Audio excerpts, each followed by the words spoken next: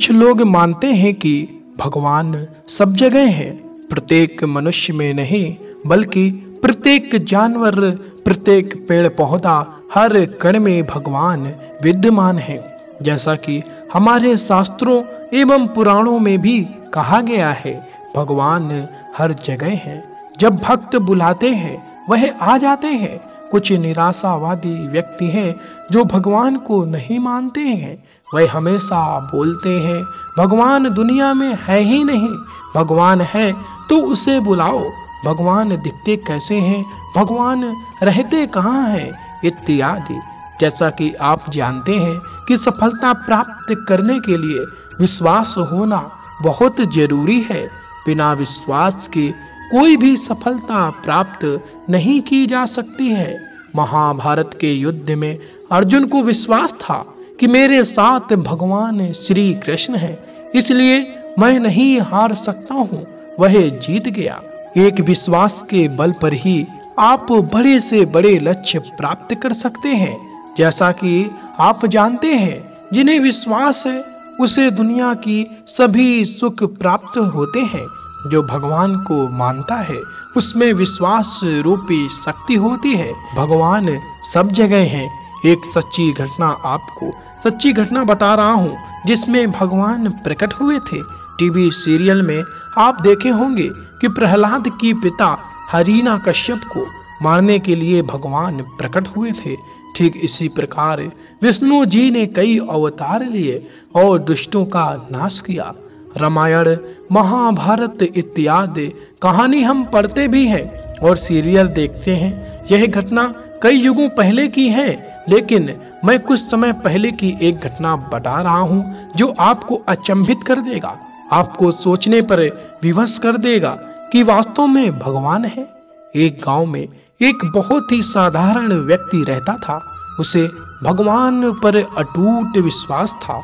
जब कोई व्यक्ति उसे हालचाल पूछता, वह बोलते हैं ठाकुर जी जाने। उस गांव में एक ठाकुर जी का मंदिर था। उन्हें उन पर पूरा विश्वास था। उन व्यक्ति के 2 पुत्र और 1 पुत्री थे। जब पुत्री की शादी किया तो उस साधारण व्यक्ति ने साहूकार से कुछ कर्जा लिया।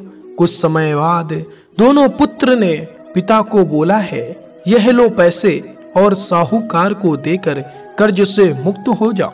उस व्यक्ति ने जाकर साहूकार से कहा, यह लीजिए साहूकार जी, आपका मूल धन और ब्याज, और मुझे अपने कर्जे से मुक्त करा दीजिए।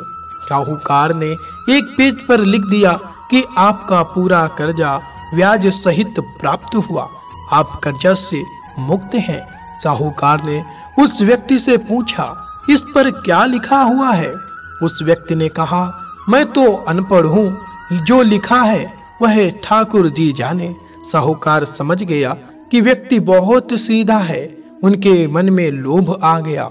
साहूकार ने उस व्यक्ति को कहा, अंदर जाकर 1 गिलास पानी लेकर आओ। इसी बीच में साहूकार ने उस पर्ची को हटाकर एक पर्ची लिख दिया कि अभी मेरा कर्जा बाकी है। अंदर से व्यक्ति आया और पर्ची लेकर चला गया। कुछ दिन बाद साहूकार पैसा मांगने पहुंच गया। उस व्यक्ति ने कहा कि यह बात गलत है, मैंने आपको पैसा दे दिया है। मामला कोर्ट में चला गया। कोर्ट में व्यक्ति को बुलाया गया। व्यक्ति जोर जोर से रोने लगा और बोला कि ठाकुर जी जानते हैं कि मैंने उसको पैसे दे दिया। जज साहब ने पूछा, कोई गवाह है जिसने आपको साहूकार को पैसे देते देखा था? उसने कहा, हाँ ठाकुर जी हैं, ठाकुर जी ने मुझे पैसे देते हुए साहूकार को देखा था। जज साहब ने कहा, ठाकुर जी को बुलाया जाए। पुलिस वालों ने उस गांव में जाकर लोगों से पूछा कि ठाकुर जी नाम का कोई व्यक्ति इस गांव में है, उसे कल कोर्ट में आना है। गांव वालों ने कहा, ठाकुर जी नाम का कोई भी व्यक्ति इस गांव में नहीं है, ठाकुर जी का मंदिर है, अब भगवान कैसे कोर्ट में पेश होंगे? अगले दिन अदालत की कार्यवाही शुरू है। जज साहब के बगल में खड़ा व्यक्ति जोर से बोला, ठाकुर जी हाजिर हो, ठाकुर जी हाजिर हो। उसी वक्त एक बूढ़ा व्यक्ति सिर पर तिलक लगाए चंदन का माला पहने हुए कोर्ट में आ गया। उस व्यक्ति ने कटघरे में खड़ा होकर बोला, सर मैं ठाकुर जी हूँ, बताइए क्या बात है। जज साहब ने ठाकुर जी से पूछा, क्या आप इस व्यक्ति को साहूकार को पैसे देते हुए देखा था? तब ठाकुर जी ने बोला, हाँ जज साहब, मेरे सामने मैं इस व्यक्ति के साहूकार को पूरे पैसे ब्याज समेत दे दिया था। आप साहूकार को यहाँ पर रोकिए और किसी व्यक्ति को साहूकार के घर भेजिए। साहूकार के घर में अलमारी नंबर 3 में एक फाइल है। उस फाइल के 22वें पेज पर वही पर्ची रखी हुई है जिसमें लिखा है कि यह व्यक्ति ने ब्याज समेत पैसा दे दिया। वह व्यक्ति इतना बोलकर चला गया। कुछ देर बाद सिपाही वापस आया और जज साहब को एक पर्ची दी। यह पर्ची जिसमें लिखा हुआ था कि पूरा पैसा ब्याज समेत मिल गया। जज साहब ने कहा, ठाकुर जी कहाँ गए? उनको बुलाओ। ठाकुर जी दिखाई नहीं दिए। अगले दिन जज साहब उस व्यक्ति के गांव गया। पूरे गांव में खोजा। सभी व्यक्ति ने कहा कि वह वृद्ध आदमी इसी गांव का नहीं है। जज साहब समझ गए वह वास्तव में ठाकुर जी यानी भगवान ही थे। जज साहब उसी वक्त अपने पद से इस्तीफा दे दिया। जज साहब भारत के सभी मंदिरों में घूम घूम कर उनके दरबार पर मिट्टी को अपने सिर में लगाते थे। किसी मंदिर में बैठते नहीं।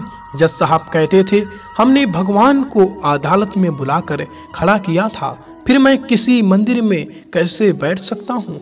जिस तरह जज साहब काफी बदल गए। यह कहानी सच्ची घटना है।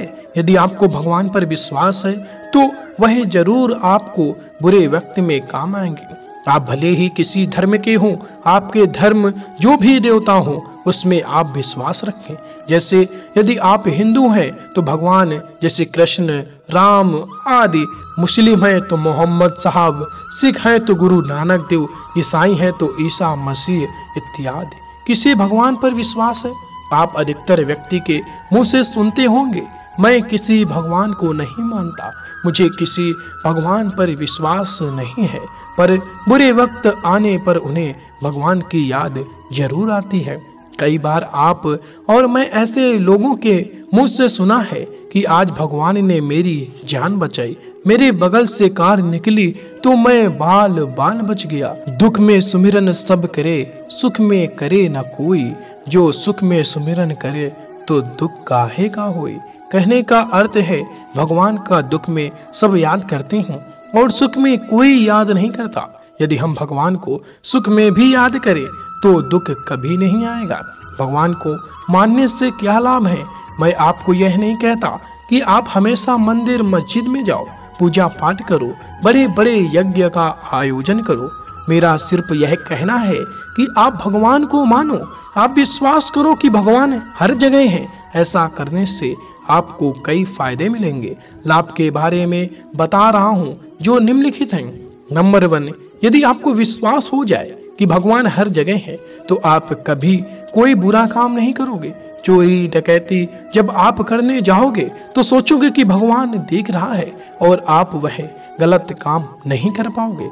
नंबर 2, अब आपको यह पता चलेगा कि हर इंसान में भगवान विराजमान है तो आप किसी भी इंसान से नफरत नहीं करोगे क्योंकि आपको प्रत्येक व्यक्ति में भगवान दिखाई देगा। नंबर 3, आप विद्यार्थियों हैं और परीक्षा देने जा रहे हो तो परीक्षा भवन में आप भगवान का नाम लेकर परीक्षा शुरू करें। आप महसूस करोगे एक शक्ति आपके पास आ गई। एक बार प्रयोग करके देखें। नंबर 4, कई विद्यार्थी का फाइनल सिलेक्शन 0.1 और 0.2 नंबर के कारण नहीं हो पाता है। इस स्थिति में उसे भगवान की याद आती है। यदि आप भगवान को पहले ही याद कर लेते तो ऐसा नौबत नहीं आएगा। नंबर 5, एक गाड़ी में 50 यात्री सवार हैं, एक्सीडेंट होता है और 40 यात्री मर जाते हैं, 10 बच जाते हैं। आप सोचिए कि क्या कारण है कि 10 यात्री बच गए। इस वीडियो को बनाने का मेरा एक ही उद्देश्य था कि नौजवान को मन में भगवान की भावना जगाना, उसे विश्वास दिलाना कि इस दुनिया में भगवान है। और आज के नौजवान भगवान को भूलकर गलत रास्ता पर जा रहे हैं, यदि वह भगवान को मानने लगे तो कोई गलत काम नहीं कर पाएंगे।